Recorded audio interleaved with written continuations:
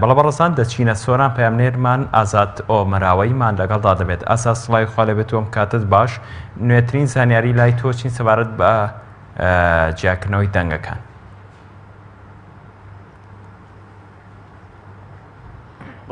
بەڵێ سالار سڵاو لە تۆ لە بینەرانی بەڕێز بێتن دیارە دوایەوەی کۆتایی با پرۆسەی دەنگدان هات لە قەزای سۆران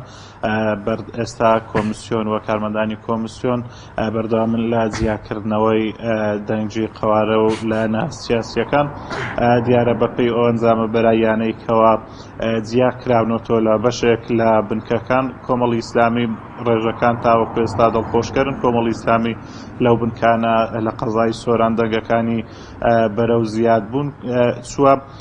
ئەمە ئاماژە بۆ دەمکەوا لەو هەڵبژارنە جیاواز لە هەڵبژارنی دوانزەی ئایار ڕێژەی دەنگدار تا ڕادەیەک بەرز بۆ جیاواز لە هەڵبژارنی دوانزەی ئایار هاوڵاتیان زیاتر بەژاریان لە پرۆسەی دەنگدان کردووە. سالار منەمەوێتن بۆ زانیاری زیاتر و قسەکردن لە سەر پرۆسەی دەنگدان بچمە لای بەڕێز مامۆستا مەڕوان گەڵاڵی سەرۆشی فراکسیۆنی کۆمەڵی ئیسلامی لە پەرلەمانی کوردستان. مامۆستا سڵاوت لێبێتن کۆی پرۆسەکە چۆن هەڵ ئەسەنجێنیکەوە ئەمڕۆ هەڵبژارنی پەرلەمانی کوردستان بەڕێوە چوو. بسم الله الرحمن الرحیم. وڵای پرۆژەکە بڵی سەرەتا هەتاوەکو دەوری سەعات 2 نیوەڕۆ زۆر باش بوو و ڕێژەی بەشداربووان بەرەبەرە زیادی دەکرد بەڵام بەداخەوە لە دوای سەعات 2 تەزویرێکی منەظەم لەلایەن پارتی دیموکراتی کوردستانەوە دەستی پێکرد لە زۆربەی بنکەکان و تەزویرەکەش ئەتوانم بڵێم لە هەموو ئەو سنوورانە بوو کە برادرانی پارتی تێدا دەسەڵاتدارن لە هەولێر لە سۆران لە خەلیفان و لە شوێنەکانی دیکەش ئەوە نیگەرانی دروست کردبوو لە لایەن هەموو لایەنە سیاسیەکانەوە لەگەڵەوەشدا لەخوا بە زیادی بێ دەنگەکانی کۆمەڵی ئیسلامی بەراورد بە هەڵبژارنەکانی ڕابردوو دەنگەکانی هەڵکشاون و ئەمن لێرەوە بە زەروری دەزانم زۆر سوپاسی متمانەی هاوڵاتیانی قەزای سۆران و دەوروبەری قەزای سۆران و قەزای چۆمان و قەزای ڕەواندوز و خەلیفان و هەریر و باتاس و باسرمە و سەرجەم ئەو شوێنانە باڵەچیان و گرخیوەت و هەرچی ئەو گوند و شارۆچکانە هەن سوپاسیان دەکەم بەڕاستی جێی وەکو بڵێ خۆشەویستی ئێمان و ئیشاءالله لە داهاتوشدا لە خزمەتیان دەبین و ئەو دڵسۆزیەی ئەوانمان لەبیر ناچێتن و خوازیاریشم لستی کۆمەڵی ئیسلامی زۆرترین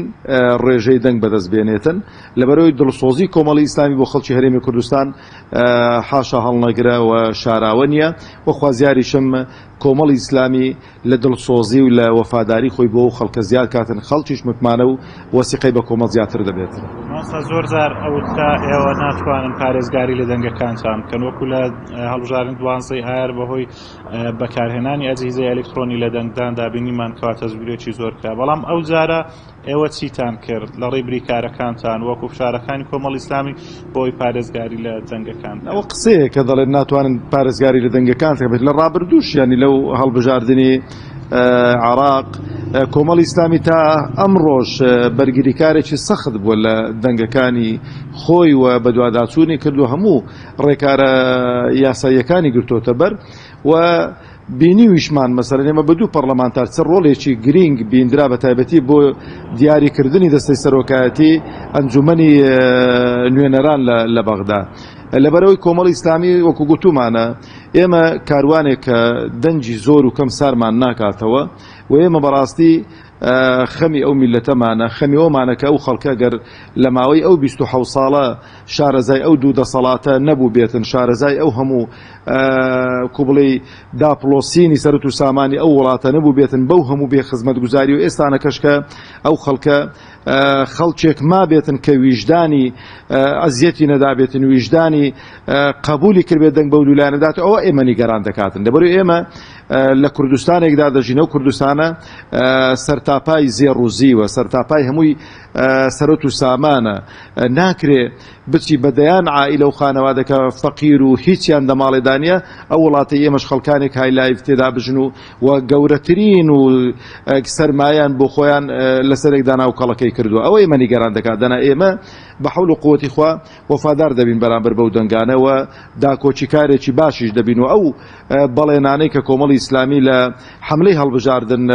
لە بەرنامەی کاری لیستی کۆمەڵی ئیسلامی بە خەڵکی هەرێمی کوردستانی داوە ئینشاڵڵا نەتیجەکەی دەبینەوە و دڵسۆزیان دەبین و ناوە ئینشاڵڵا لە کۆنگرەیەکی ڕۆژنامەوانی ئەوەی کە ئەو برایانەمان کە دەچنەوێن دەرێ ئەو خوشک و برایانەمان کە دەچنە پەرلەمانی کوردستان جا هەر کەسێک کە چوێن دەرێ ئەو بەرهەمی ئەو فراکسیۆنە و شەونخوونی ئەو فراکسیۆنە بە خەڵکی هەرێمی کوردستان ڕادەگەینینەوە ئینشاءالله. ئێمە بەپێی ئەو ئەنجامانێکەوە ئێستا ناوە دێنەوە بۆ ژووری عملیاتی هەڵبژاردننی کۆمەڵی ئیسلامی بەتایبەتی لە مەڵبەندی سۆران ئێمە بینن ڕێژەکان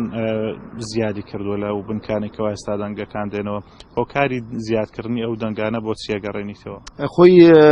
بەڕاستی ئێمە ئەتوانم بڵێم لە ڕابردوو لەوانەیە شێوازی حملەی هەڵبژاردنمان